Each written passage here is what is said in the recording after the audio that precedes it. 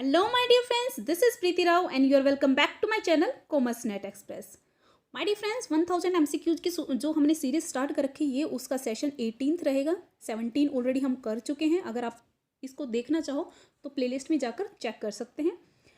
तो my dear friends, जो इसके अंदर MCQs मैंने इंक्लूड किए हैं वो आपके सिलेबस के अकॉर्डिंग किए हैं, PGT और TGT के।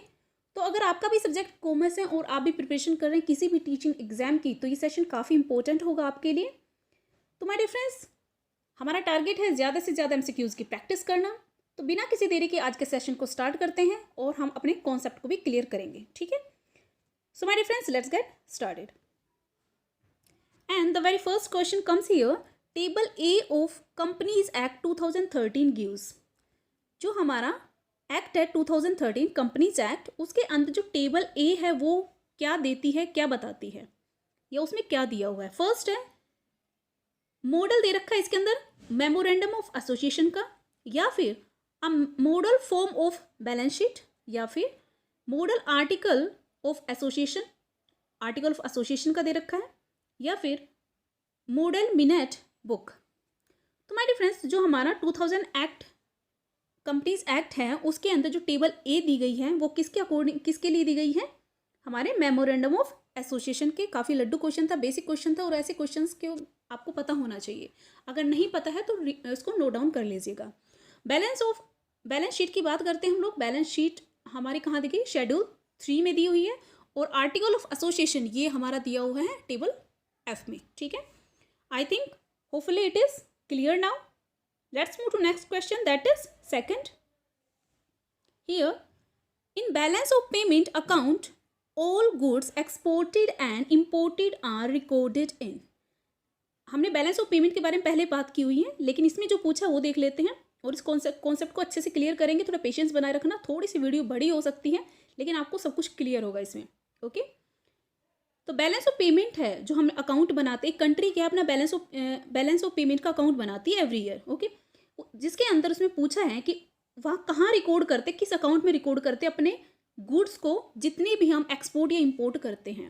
तो इसमें बताइए क्या वो कैपिटल अकाउंट है जिसके अंदर गुड्स जो हम एक्सपोर्ट इंपोर्ट करते हैं उसका रिकॉर्ड रखा जाता है, या फिर वो विजिबल अकाउंट है, इनविजिबल अकाउंट है, या फिर मर्केंडाइज अकाउंट है। तो माय डियर फ्रेंड्स,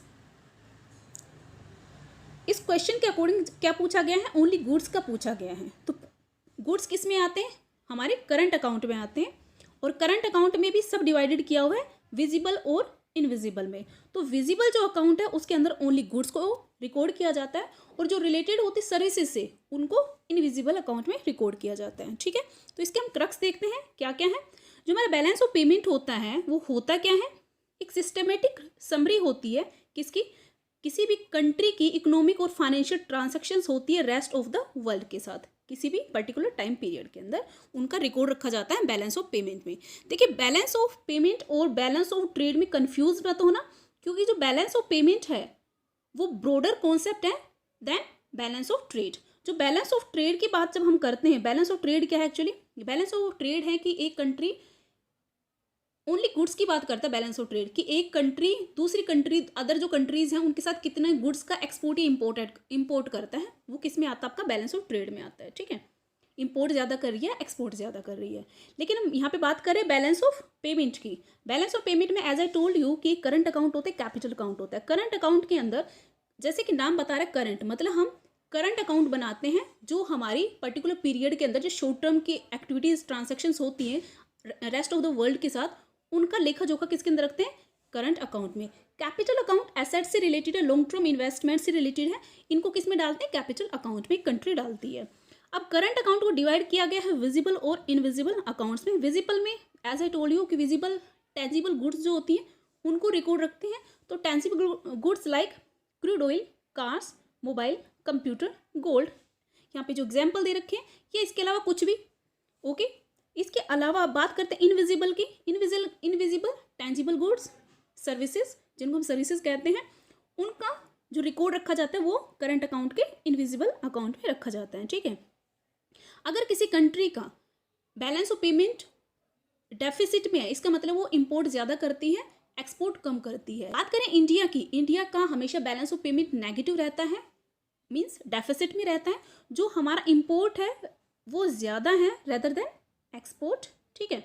हम एक्सपोर्ट कम करते हैं, इंपोर्ट ज़्यादा करते हैं, लेकिन जो हमारा कैपिटल अकाउंट है वो हमेशा हमारे फेवर में रहता है, क्योंकि हमारे जो इन्वेस्टमेंट आते हैं, एफडीआईज आती हैं, या फिर रेस्ट ऑफ द वर्ल्ड के साथ जो ट्रांजैक्शन होते हैं, हमारे लोग वहाँ पे कुछ इन्वेस्टमेंट कर रखा है, वो थोड़े ज़्यादा हैं। मतलब हम लोग, हमारे कैपिटल अकाउंट हमेशा हमेशा हमारे फेवर में रहता है। जो करंट अकाउंट है वो क्या होता है, हमारे नेगेटिव में रहता है, ठीक है। मतलब हमारा डेफिसिट चलता रहता है बैलेंस ऑफ पेमेंट का। इसकी वजह से जो हमारा कुछ भी यहाँ पे नुकसान होता है वो यहाँ से निकल जाता है। मतलब ये हमारा हमेशा प्लस में, सरप्लस में रहता है, और ये हमारा डेफिसिट में रहता है, ठीक है। थोड़ा और देखते हैं इसके बारे में हम लोग। इसमें क्या क्या होता है। जो करंट अकाउंट होता है उसके अंदर हम एक्सपोर्ट इम्पोर्ट का लेखा जोखा रखते हैं, किस किस का, गुड्स का और ट्रेड एंड सर्विसेज का। जैसे कि मान लीजिए जो हमारे गुड्स से रिलेटेड है वो किस में होते हैं, उसको क्या कहते हैं, बैलेंस ऑफ ट्रेड। और जो सर्विसेज होती हैं वो उसको क्या कहते हैं, बैलेंस ऑफ इनविजिबल, ओके। एक कंट्री दूसरी कंट्री, अदर वर्ल्ड की जो कंट्रीज़ हैं उनके साथ जितना भी ट्रांजैक्शन करता है एक पर्टिकुलर टाइम पीरियड में, वो किस में आते हैं, हमारे करंट अकाउंट में आते हैं। ये शॉर्ट टर्म के लिए होते हैं, लॉन्ग टर्म के लिए नहीं होते। जैसे कि मान लीजिए हमने एक, हमारी कंट्री ने क्रूड ऑयल लिया किसी भी गल्फ कंट्री से, तो हमने उनका पेमेंट कर दिया, तो किस में आएगा, करंट अकाउंट में आएगा, ठीक है। कोई सर्विस दी, कोई सॉफ्टवेयर हमने खरीदा, ओके, किसी भी कंट्री से सॉफ्टवेयर खरीदा और हमने उसकी पेमेंट कर दी, तो किस में आएगा, इनविजिबल के, करंट अकाउंट के इनविजिबल अकाउंट में, ठीक है। लेकिन बात हम जब करें किसकी, कैपिटल अकाउंट की, तो कैपिटल अकाउंट में क्या होता है, ये हमारे लॉन्ग टर्म के लिए होते हैं। जैसे कि हमारे देश के अंदर कोई एफडीआई करता है, फॉरेन डायरेक्ट इन्वेस्टमेंट आ रहा है, या कोई इन्वेस्टमेंट आ रही है, या कोई पोर्टफोलियो आ रहा है, या फिर कोई भी हमारे शेयर स्टॉक में, शेयर्स में कोई भी अदर कंट्री का कोई भी मेंबर हमारे यहाँ पे इन्वेस्टमेंट करता है, तो किस में आता है, कैपिटल अकाउंट में आता है। जैसे हमारी कैपिटल मार्केट होती है वैसे कैपिटल अकाउंट है, ठीक है। करंट मार्केट में क्या होता है, करंट की जो भी शॉर्ट टर्म की ट्रांजैक्शन होती है वो आती हैं।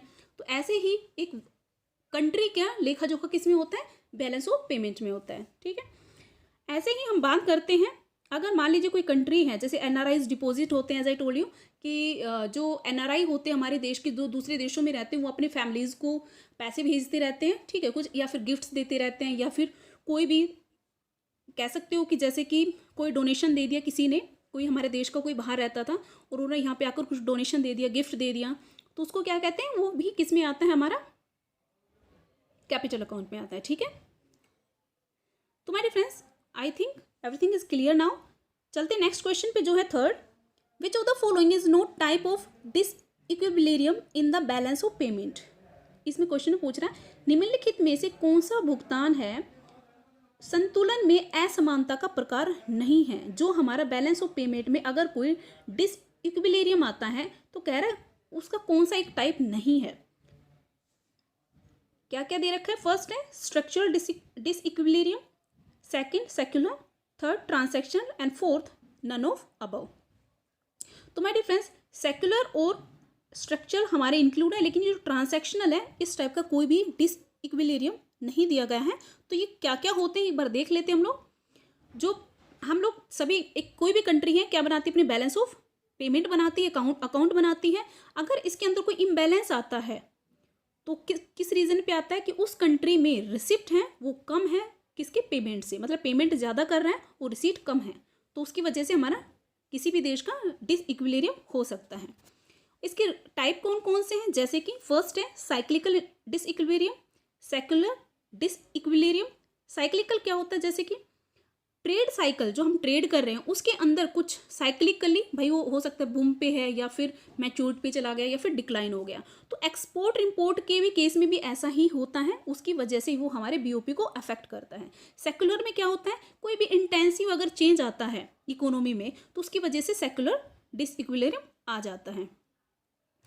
और बात करते हैं स्ट्रक्चरल की। स्ट्रक्चरल क्या होता है, जब कोई भी सेक्टर इकोनॉमी का उस मतलब उसके अंदर स्ट्रक्चर में ही चेंज आ जाए तो उसकी वजह से इंपोर्ट और एक्सपोर्ट को भी इफेक्ट पड़ता है।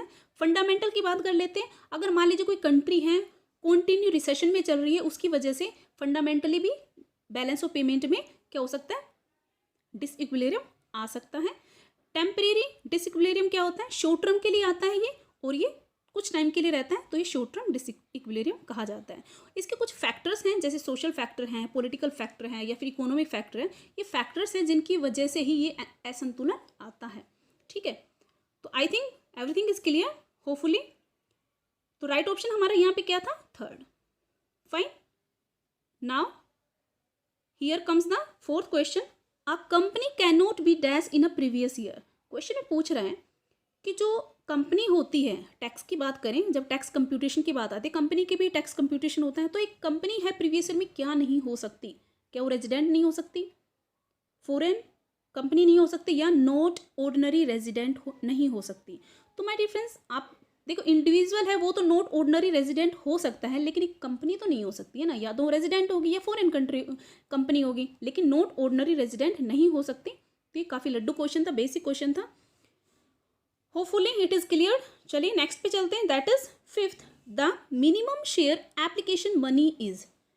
जब एक कंपनी नए शेयर इशू करती है और उसके लिए वो क्या करती है, एप्लीकेशन फ़ी मांगती है, तो कहते हैं जो एप्लीकेशन फ़ी है या मनी है वो कम से कम कितनी होनी चाहिए, मतलब उतनी तो मंगवानी ही मंगवानी है, सेबी ने प्रोविज़न दे रखा है।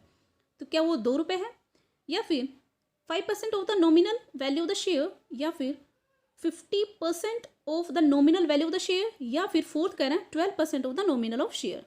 जब हम बात करते हैं शेयर इशू करते हैं और एप्लीकेशन मंगवाते हैं, देखो एप्लीकेशन मनी आने के बाद ही हम अलॉटमेंट करते हैं, कंपनी करती है, तो उसमें कम से कम प्रोविज़न दे रखा है कि एटलीस्ट आपको 5%, जो भी अगर मान लीजिए एक शेयर था वो 100 रुपीज़ का था, तो कह रहे हैं इसके ऊपर आपको कम से कम 5% तो एप्लीकेशन मनी मंगवानी ही मंगवानी पड़ेगी। तो हम कह सकते हैं 5 रुपये तो उसको कम से कम है, ये तो मंगवाना ही पड़ेगा कंपनी को, ठीक है। तो ये राइट ऑप्शन हमारा क्या होगा, second. Okay, let's move to next question, that is seventh, which agreement was signed at Havana conference. कहता है इनमें जो हवाना कॉन्फ्रेंस हुआ था उसके अंदर कोई एग्रीमेंट हुआ था, कहता वो किसके अंडर आता है, वो WTO का था, IMF का था, गैट का था, या मीगा का था। तो माय डियर फ्रेंड्स, मैं आपको बता दूं कि जो गैट था ये हमारा 1947 में इसका फॉर्मेशन हुआ था। तो 1947 से लेकर इसने ये वर्क किया था 1994 तक, ठीक है। 1995 में जो उरुग्वे के राउंड हुआ था उसके अंदर इसको किस में कन्वर्ट कर दिया गया था, WTO में। तो इस टाइम पीरियड के अंदर जो 1947 से 1994 है, इसके बीच में इनकी क्या होती थी, कॉन्फ्रेंस होती थी। क्यों होती थी, क्योंकि भाई जो इसके मेंबर कंट्रीज़ थे वो इसी के ही जो प्रिंसिपल्स थे, जो एग्रीमेंट्स थे उनको फॉलो करते थे, ठीक है। तो जो एक 1948 में क्या हुई थी, एक कॉन्फ्रेंस हुई थी जिसको हम हवाना कॉन्फ्रेंस के नाम से जानते हैं, और ये हवाना कहाँ पे है, क्यूबा, एक कंट्री है क्यूबा, उसके अंदर है। ओके, तो राइट ऑप्शन क्या होगा हमारा, गैट। हमने WTO IMF और मीगा के बारे में कम बात की है, लेकिन WTO IMF और गैट के बारे में काफ़ी बातें की है, लेकिन फिर भी हम थोड़ी सी क्रक्स देख लेते हैं इसके क्या क्या है। जब हम बात करते हैं गैट की, general agreement on tariff and trade, ये formation as I told you कब हुआ था, 1947 में हुआ था। बात करते हैं मीगा की हमने बात नहीं की है, ये इंपॉर्टेंट है, ठीक है। एज वी नो कि जो मीगा है, देखो वर्ल्ड बैंक है, 5 इसकी मेजर कंपोनेंट्स हैं, उनमें एक मीगा भी आता है। ओके, तो ये मीगा है क्या, एक्चुअली ये एक इंटरनेशनल फाइनेंशियल इंस्टीट्यूशन है जो ऑफर क्या करता है, पॉलिटिकल रिस्क इंश्योरेंस। जो मेन है क्या है, पॉलिटिकल रिस्क इंश्योरेंस। ये क्या देता है, किसी भी कंपनी को, मान लीजिए दूसरी कंट्री के साथ ट्रेड कर रही है, तो क्या देते हैं, पॉलिटिकल रिस्क का इंश्योरेंस करवा सकता है वो कंपनी, ठीक है। तो ये गारंटी की तरह है कि मान लीजिए कोई कंपनी है हमारे देश में ट्रेड कर रही है, लेकिन यहाँ पे कोई क्राइसिस, पॉलिटिकली कोई क्राइसिस आ जाते हैं, तो उसको इंश्योरेंस कहाँ से करवा सकते हैं हम, मीगा से वो कंपनी करवा सकती है, ठीक है। और ये कब फाउंडेड की गई थी, 1988 में। इसके कंट्रीज मेंबर कितने हैं, 181 है। ओके, और पर्पज क्या था, political risk insurance and foreign direct investment. Okay, और इसका हेडक्वार्टर कहाँ है, वाशिंगटन DC में, यूनाइटेड स्टेट्स।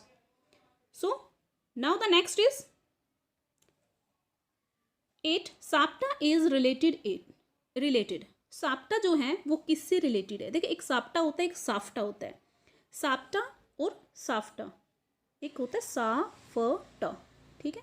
एक साप्टा है, एक साफ्टा है, और ये सब सार्क जो ऑर्गेनाइजेशन है उसके रिलेटेड कुछ एग्रीमेंट है। एक साफ्टा एग्रीमेंट है, साफ्टा का मतलब है कि south Asian free trade agreement, और साप्टा है south Asian preferential trade agreement, ठीक है। तो कह रहे हैं कि ये किससे रिलेटेड है, तो मैंने आपको ट्रेड तो बता ही दिया, क्या इसमें दे रखा है एजुकेशन, ट्रेड, सिक्योरिटी, एनवायरनमेंट। तो ये साफ्टा इनके बारे में पता होना चाहिए, क्योंकि हमारे खुद हम उसकी मेंबर कंट्री हैं। फॉर किससे रिलेटेड? ट्रेड से। जैसे हमारे मालदीव है, नेपाल है, भूटान है, पाकिस्तान है और श्रीलंका है, ये सब इसके क्या है? बांग्लादेश है, ये सब इसके क्या है?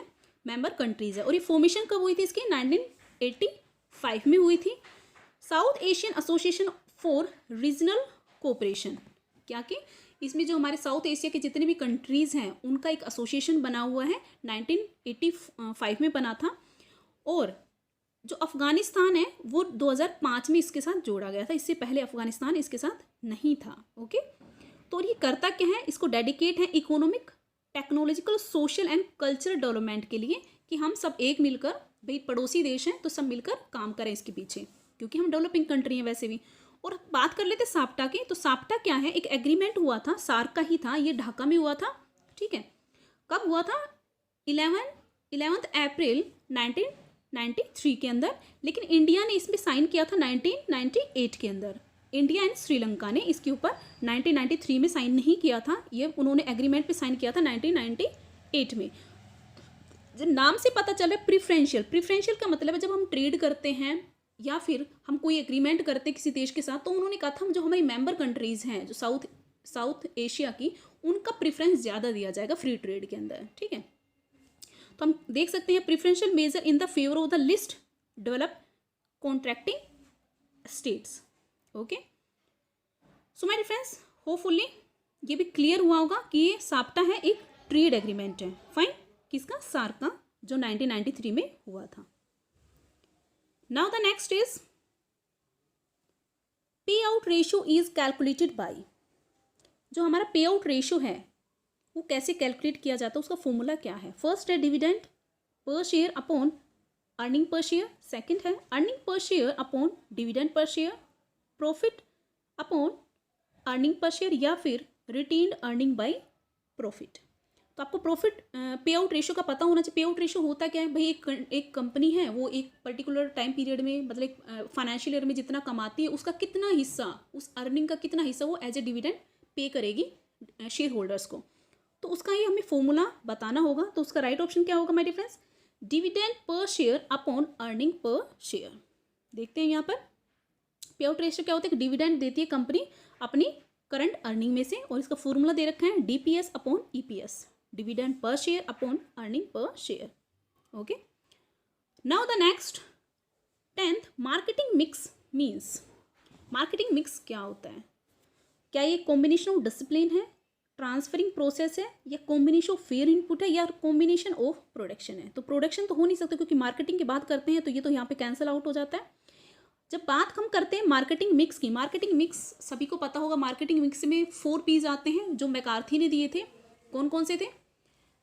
Product, price, place and promotion. ठीक है, ये एक तरह से एक मार्केटिंग में क्या होता है, मार्केटर क्या करता है, इनका कॉम्बिनेशन बना के अपने प्रोडक्ट को पेश करता है मार्केट के अंदर। तो एक तरह से क्या होता है, फेयर कॉम्बिनेशन होता है, फेयर इनपुट का। क्या होता है? इनपुट्स जो डालता है उसका फेयर कॉम्बिनेशन होता है मार्केटिंग मिक्स। नाम से ही पता चल रहा है कुछ मिक्स है। तो इसके बारे में थोड़ा देखते हैं कि मार्केटिंग मिक्स होता क्या है। मार्केटिंग मिक्स एक्चुअली इंट्रोड्यूस किसने किया था? नील एच बोर्डन ने किया था। ठीक है, और यहीं से ही आइडिया किसने लिया था? मैकार्थी ने लिया था।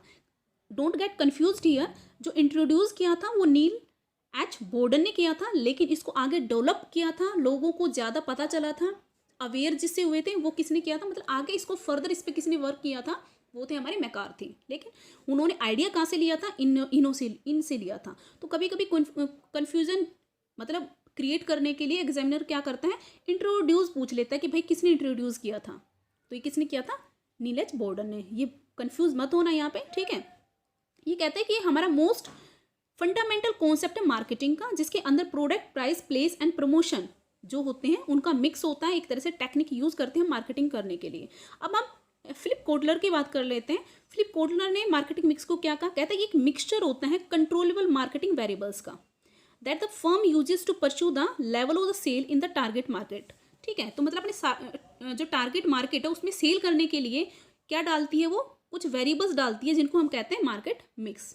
ओके, लेकिन देखो एक पर पहले ये देख लेते कौन कौन से product, price, place and promotion जो मैकार्थी ने दिए थे। ठीक है, लेकिन वो कह रहे हैं ये मैकार्थी ने कब दिए थे? 1960 में दिए थे। फाइन, लेकिन टाइम पीरियड के बाद जैसे जैसे टाइम पास होता है कुछ डेवलपमेंट आता है, इसका फिर एक न्यू वर्जन आया। क्या हुआ, इसका जो 4Ps था, जो हमारा 4Ps जो था, ये इसका एक नया वर्जन आया जिसको हम कहते हैं 7Ps। ये क्यों लेकर आए थे, कहते केवल मार्केट के अंदर ओनली गुड्स थोड़ी ना है, सर्विसेज भी तो इंक्लूड हैं। तो उन्होंने क्या बोला, जो 1981 था उसके अंदर बूम्स एंड बिटनर जो मार्केटर थे, मतलब एक थिंकर थे, उन्होंने क्या कहा, उन्होंने इसके अंदर 3 और एलिमेंट ऐड कर दिए। एक तो पहले हमारे कौन से थे product, price, place and promotion, ये 4 थे। इन्होंने 3 और एडिशनल कर दिए क्योंकि हमारी मार्केट में केवल प्रोडक्ट्स नहीं है, गुड्स नहीं है, साथ साथ सर्विसेज भी हैं, ठीक है, उसका भी ट्रांजेक्शन्स होता है। तो कह रहा है तो, और उसके अंदर क्या होता है, कुछ फिजिकल चेंजेस भी होता है। लेकिन जैसे कि मान लीजिए आप कहीं जाते हो कोई सर्विस लेने के लिए, उसके अंदर पीपल, उसके जो स्टाफ होते हैं, पीपल होते हैं, वो क्या होते हैं, आपके साथ इन्वॉल्व रहते हैं। मान लीजिए आप इंश्योरेंस करवाने जाओ तो वहाँ पे आप लोगों से मिलोगे, वहाँ के जो स्टाफ है उनसे मिलोगे, तो एक स्टाफ है वो भी उसके साथ इन्वॉल्व है, वो सर्विस बेच रहा है, ठीक है। उसके और फिर एक जब मान लीजिए बैंकिंग है या ट्रांसपोर्टेशन है या फिर हॉस्पिटल है, वो सब उनके बीच में क्या होता है, एक प्रोसेस होता है, उनका एक प्रोसेस है, उसके अकॉर्डिंग वो काम करते हैं उस सर्विस पे, ठीक है। फिजिकल एनवायरनमेंट या फिर हम कह सकते हैं फिजिकल एविडेंस, इसको फिजिकल एविडेंस के नाम से जाना जाता है। जैसे कि अब भाई किसी इंश्योरेंस, आपने कोई कंपनी से इंश्योरेंस करवाया तो आपको डॉक्यूमेंटेशन मिलती है ना, तो आप ऐसे तो नहीं कह सकते कि ये इंटेंजिबल है तो आपको कुछ प्रूफ ही नहीं है आपके पास। तो यहाँ पे एक एविडेंस होता है कि आपने यहाँ से पर्टिकुलर जगह से आपने क्या कोई सर्विस ली है, चाहे आप कोई कम्युनिकेशन से रिलेटेड आपने कोई सर्विस ली है, डाटा प्लान लिया है, या फिर आपने जैसे कोई ट्रांसपोर्टेशन है, जैसे कि आप कोई ट्रैवल कर रहे हैं एक जगह से दूसरी जगह पे, चाहे आप रेलवे से कर रहे हैं, एयरप्लेन से कर रहे हैं, तो आपको टिकट मिलती है, तो आपके पास क्या होता है, फिजिकल एविडेंस होता है। तो इन सबको भी उसने ये जो 3 थे, people, physical evidence and process, इसको किसने इंक्लूड किया था, बूम्स एंड बिटनर ने 1981 में। ये जो हमारे 4Ps है उसका ये लेटेस्ट वर्जन है और ये पूछा जा रहा है उसमें आपके एग्जाम्स में, तो इसको एक बार नोट डाउन कर लीजिएगा। Now the next is 11th, dash is prepared in relation of the sales budget। कहता है जब हम बात करते हैं सेल बजट की तो कहते हैं क्या प्रिपेयर किया जाता है in relation of the cell budget, क्या वो सेल बजट है या फिर मास्टर बजट है, प्रोडक्शन बजट है या फिक्स्ड बजट है। जब हम बात करते हैं मास्टर बजट की तो किसके ऊपर डिपेंड होता है, देखो जो मास्टर बजट है वो किसके हिसाब से बनाया जाता है, आपके सेल बजट के अकॉर्डिंग बनाया जाता है कि भाई आपके एक पर्टिकुलर ऑर्गेनाइजेशन में सेल कितनी है, क्योंकि सेल करेंगे तो प्रॉफिट आएगा, उस प्रॉफिट को तो आप यूज़ करोगे आगे इन्वेस्टमेंट करने के लिए कि भाई आपने प्रोडक्शन में कितना लगाना है, आपने कैश, फाइनेंस या अदर जो भी आपके डिवीज़न बने हुए हैं आपके इसके अंदर, तो उनका बजट आप तभी प्रिपेयर कर पाएंगे जब आपकी सेल बजट बनेगी। फाइन, तो आपका मास्टर बजट भी टोटली किसके ऊपर डिपेंड करता है, सेल बजट पे डिपेंड करता है कि भाई वहाँ पे कितना प्रोडक्शन हो रहा है, फिर उसका सेल कितनी है, सेल जितनी होगी उसके अकॉर्डिंग वहाँ पे प्रोडक्शन होगा। फाइन, तो आपको समझ गए होंगे कि जो मास्टर बजट है वो प्रिपेयर किया जाता है सेल बजट पर। Hope everything is clear. चलो यहाँ पे देख लीजिए, जो सेल बजट होता है फाउंडेशन होता है मास्टर बजट का, all the procurement of staff, भाई कितनी स्टाफ की रिक्रूटमेंट होगी, कितनी रिक्वायरमेंट है हमें, या उनकी जो कॉस्ट बेस है वो किसके ऊपर डिपेंड करती है, टोटली सेल के ऊपर डिपेंड करती है। I think now there is no confusion. So my dear friends, this is all about today. Thank you so much. Good luck. Goodbye.